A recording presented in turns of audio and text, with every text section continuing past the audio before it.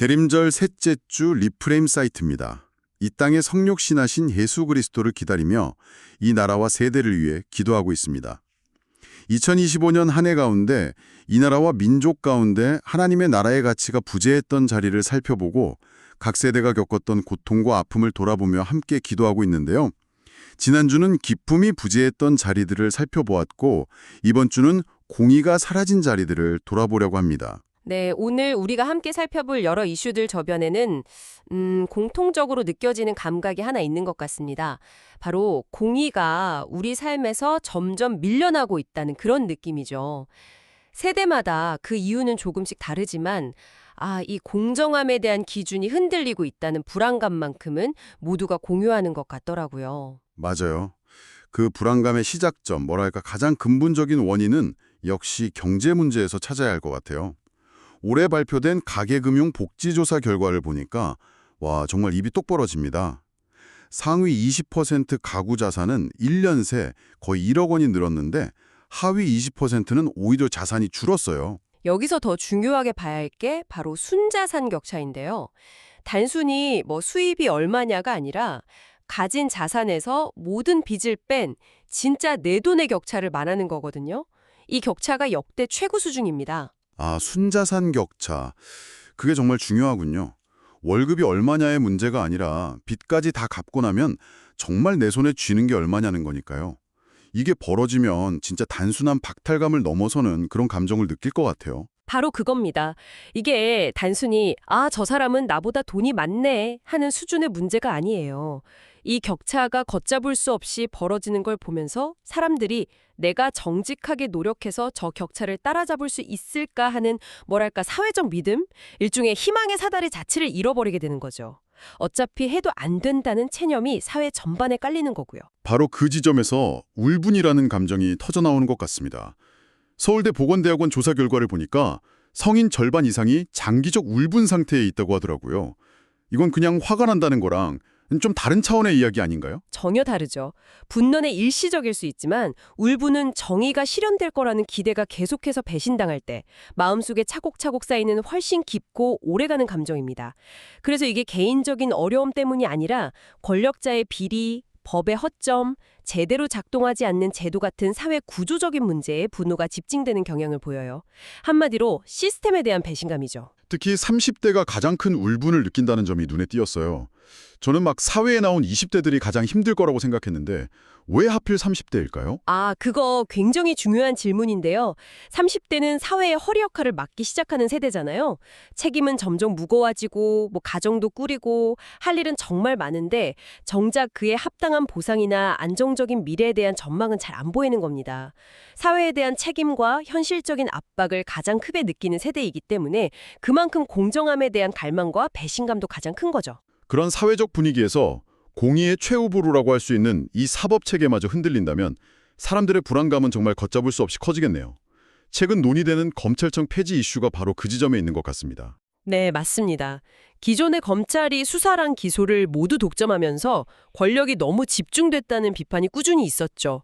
그래서 수사는 중대범죄수사청이, 기소는 공소청이 맞도록 분리해서 서로 견제하게 만들자는 게 개혁의 큰 방향입니다. 취지만 들으면 굉장히 합리적인 것 같은데요. 마치 한 사람이 형사와 검사 역할을 다 하는 걸 막겠다는 거니까요. 그런데 왜 이렇게 우려의 목소리가 큰 건가요? 많은 전문가들이 지적하는 건 개혁의 방향성 자체가 틀렸다는 게 아닙니다. 오히려 너무나 중요한 변화인데 그 전환 속도가 너무 빠르고 또 설계가 충분히 완성되지 않았다는 점, 그래서 현장에서 큰 혼란이 올 수 있다는 점을 우려하는 거죠. 여기서 핵심적인 질문이 나오네요. 만약에 수사가 엉망으로 되거나 특정 방향으로 치우치면 대체 누가 책임을 지고 어떻게 바로잡을 수 있는가? 이른바 책임 회수 및 교정 메커니즘이 불분명하다는 거군요. 정확합니다. 자칫하면 기관의 간판만 바뀌고 권력은 다른 형태로 이동하는 결과만 날 수 있거든요. 부실 수사나 편향된 판단을 바로잡을 장치가 약해지면 오히려 진실이 묻힐 위험이 더 커질 수 있다는 목소리가 나오는 이유입니다. 공의를 세우기 위한 개혁이 오히려 현장의 공의를 흔드는 결과를 낳을 수도 있다는 참 역설적인 상황인 거죠. 이렇게 어른들의 세계에서 공정함이라는 규칙이 흔들리는 모습이 아이들에게는 어떻게 비칠까요? 이 흐름이 다음 세대로 어떻게 흘러가는지 아동 청소년 세대의 이야기로 넘어가 보죠. 딥페이크 범죄 문제가 정말 충격적이었습니다. 네, 이 문제를 단순히 새로운 기술의 부작용 정도로 봐선 안 됩니다. 한 전문가의 분석처럼 사람을 인격체가 아닌 이미지나 소비재처럼 취급하는 문화가 AI라는 아주 강력한 기술을 만나서 폭발한 사건으로 봐야 합니다. 올해 1월부터 10월까지 딥페이크 범죄 피해자 중에 42.2%가 10대였어요. 심지어 형사처벌이 어려운 촉법소년도 15%나 됐습니다. 잠깐만요. 42.2%요? 거의 절반이 10대라는 거잖아요. 이건 일부 문제아들의 일탈이 아니라 그냥 그들 문화의 일부가 되어버렸다는 뜻 아닌가요? 그렇다고 볼 수밖에 없습니다. 기술에 워낙 익숙하고 SNS로 너무나 쉽게 퍼져나가고 또 익명성 뒤에 숨을 수 있다는 점이 결합되면서 걷잡을 수 없이 확산된 거죠. 가장 심각한 건 놀이와 범죄의 경계가 완전히 무너졌다는 겁니다. 놀이와 범죄의 경계가 무너졌다니 그게 구체적으로 어떤 의미인가요? 학교 안에서 특정 친구의 얼굴을 음란물에 합성해서 돌려보고 심지어 돈을 받고 팔기까지 하면서도 이게 한 사람의 인생을 파괴하는 심각한 범죄라는 인식이 없다는 겁니다. 그저 재미있는 장난, 그들만의 유희로 포장되면서 가해자에게 죄책감이 들어설 자리가 없는 환경이 만들어진 거죠. 피해자 보호, 가해자의 책임, 공동체 회복이라는 공의의 가장 기본 요소들이 가장 먼저, 가장 쉽게 밀려나 버린 겁니다. 규칙이 무너지는 걸 본 아이들이 규칙을 우습게 여기게 되는 건 어쩌면 당연한 수순 같네요. 이런 분위기가 대학가로 이어지면서 20대 청년 세대에서는 또 다른 문제가 터져나옵니다. 바로 AI 커닝 문제죠. 네, 생성형 AI가 등장하고 때마침 비대면 교육 환경이 확대되면서 구조적으로 부정행위가 일어나기 너무 쉬운 조건이 만들어졌습니다. 실제로 여러 명문대에서 챗 GPT나 단체 메신저를 이용한 집단 커닝 사건이 계속해서 드러나고 있죠. 한 조사를 보니까 대학생의 72.7%가 과제에 AI를 활용한 경험이 있다고 해요. 그런데 전국 대학 70% 이상은 관련 가이드라인조차 없다고 합니다. 어디까지가 허용이고 어디부터가 부정행위인지 기준 자체가 없으니 모두가 혼란스러운 거죠. 이건 마치 모두가 암묵적으로 속여고 있는 죄수의 딜레마 같아요. 나만 정직하게 과제하면 손해볼 것 같고 다른 애들도 다 AI를 쓸 거라고 생각하니까 너도 나도 쉬운 길을 택하게 되는 거죠. 이건 개인의 양심에만 맡기기에는 너무나 큰 유혹이고 이미 구조적인 문제가 되어버렸습니다. 결국 정직한 노력을 통한 성취라는 공정의 가치가 들키지 않으면 그만이라는 효율성 앞에서 힘을 잃고 있는 거네요. 이런 생각이 사회로 나오면 어떻게 될까요? 30대부터 50대까지 사회의 중추를 이루는 세대에서는 이 문제가 부동산과 세금 문제로 나타나는 것 같습니다. 맞습니다. 올해 부동산 시장의 큰 특징 중 하나가 매매 대신 증여가 급증했다는 점입니다. 서울의 집합건물 증여등기 신청 건수가 1년 새에 25% 이상 늘었어요. 물론 부모가 자식에게 집을 물려주는 것 자체는 문제가 아니죠. 하지만 일부에서는 부모가 자녀에게 집을 사주는 건 어쩔 수 없는 일 아니냐, 집값이 이렇게 비싼데 라면서 좀 옹호하는 시각도 있지 않나요? 이게 단순히 개인의 욕심 문제라기보다 시스템이 사람들을 편법으로 내모는 건 아니냐는 거죠. 좋은 지적입니다. 분명 그런 측면도 있습니다. 하지만 우리가 소스에서 주목해야 할 부분은 그 과정에서 드러나는 명백한 탈세와 불법입니다. 소득이 전혀 없는 취업준비생이 부모 돈으로 수십억짜리 아파트를 사면서 증여세를 한 푼도 안 내거나 부모 회사의 법인 자금을 빼돌리거나 시세보다 터무니없이 낮은 감정평가액으로 세금을 줄이는 수법들이 적발됐습니다. 결국 누군가는 성실하게 세금을 내고 누군가는 온갖 편법으로 회피하는 구조가 고착화되는 거군요. 이런 뉴스를 계속 접하다 보면 정직하게 사는 사람이 바보라는 생각이 들 수밖에 없겠어요. 공동체의 신뢰라는 기반 자체가 흔들리는 거죠. 그렇죠. 그리고 이 공의의 문제가 삶의 마지막 단계에 이른 노년 세대에게는 생존의 문제로 다가옵니다. 최근 고령층 범죄가 증가하는 현상이 나타나고 있는데 이걸 단순히 어르신들의 도덕성이 무너졌다고 봐서는 결국 해답을 찾을 수 없습니다. 통계를 보면 지난 4년간 다른 연령대 범죄는 다 줄었는데 유독 61세 이상 범죄만 뚜렷하게 증가했더군요. 이건 뭔가 구조적인 문제가 있다는 강력한 신호로 봐야 하지 않을까요? 맞습니다. 그 배경에는 OECD 국가 중 1위라는 부끄러운 노인 상대적 빈곤율이 있습니다. 여기에 가족과 사회로부터의 소외감, 관계의 단절이 더해집니다. 이런 빈곤과 고립이 한계에 다다랐을 때 마트에서 몇천 원짜리 물건을 훔치는 것과 같은 생계형 범죄로 내몰리는 구조가 만들어지는 겁니다. 듣고 보니 이 범죄라는 현상은 결국 존엄과 관계가 무너진 자리에서 터져나오는 비명일 수 있겠다는 생각이 드네요. 이걸 개인의 윤리 문제로만 치부해버리면 우리는 아무런 해결책도 찾지 못하고 그저 비난만 하게 될 것 같습니다. 그렇습니다. 오늘 살펴본 것처럼 세대가 처한 상황은 다 다르지만 결국 공의가 무너진 자리에 고통과 아픔이 남는다는 점은 동일합니다. 쾌락, 거짓, 개인의 이득, 그리고 생존의 문제 앞에서 공의는 너무나 쉽게 자리를 내어주고 있습니다. 이러한 문제들을 두고 함께 기도했으면 좋겠는데요. 잠언 28장 4절에서 6절 말씀을 기억하며 기도하고자 합니다.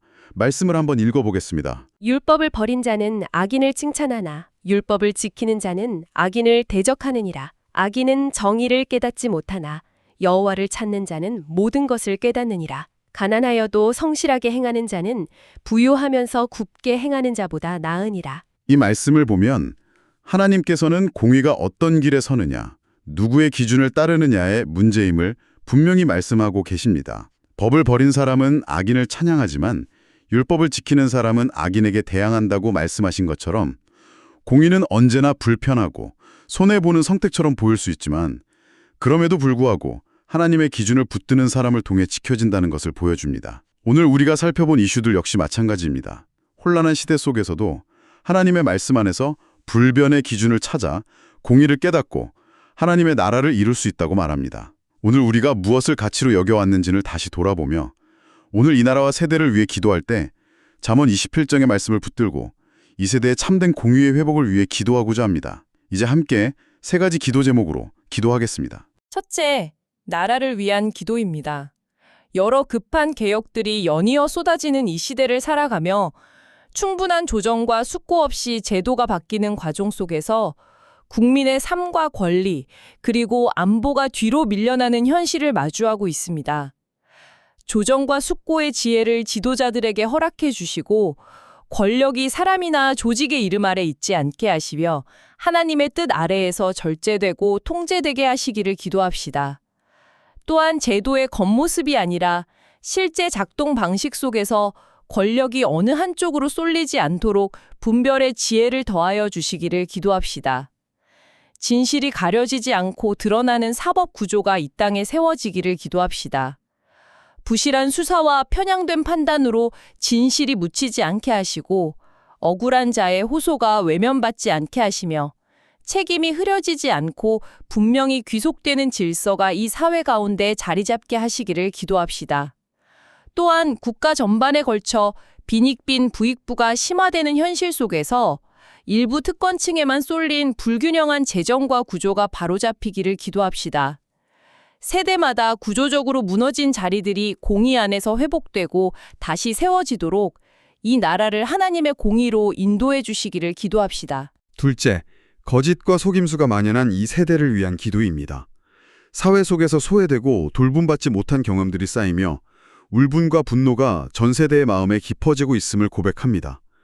공의에 대한 기대가 반복해서 무너지는 가운데 상처와 어려움을 해소하지 못한 채 살아가며 그 과정 속에서 양심을 거스르고 거짓과 편법을 따르는 일이 점점 당연한 것처럼 받아들여지는 시대가 되었습니다.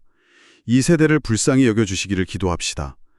전 세대 가운데 무뎌진 양심을 다시 회복시켜 주시고 마음에 쌓인 울분을 풀어주시며 그 자리에 하나님의 사랑과 공의로 다시 채워주실 기도합시다. 이 땅 가운데 하나님 나라의 가치가 다시 회복되기를 기도합시다. 진실이 무게를 가지는 사회가 되도록 이 땅을 회복시켜 주시기를 기도합시다. 셋째, 교회를 위한 기도입니다. 하나님 나라의 공의가 더 이상 가치 있게 여겨지지 않는 이 시대를 살아가고 있습니다. 세상은 이익과 효율을 기준 삼고 있고 그 흐름 속에서 교회마저 공의를 말하는 일을 부담스러워하거나 침묵으로 타협해온 모습을 돌아봅니다. 교회가 말로만 공의를 말하는 공동체가 아니라 삶과 선택으로 공의를 증언하는 공동체가 되게 하여 주시기를 기도합시다. 특별히 교회와 그리스도인들에게 성령으로 함께 하셔서 참과 거짓을 분별할 수 있는 눈을 허락하시고 세상의 가치관에 편승하거나 침묵으로 타협하지 않는 담대함을 더하여 주시기를 기도합니다.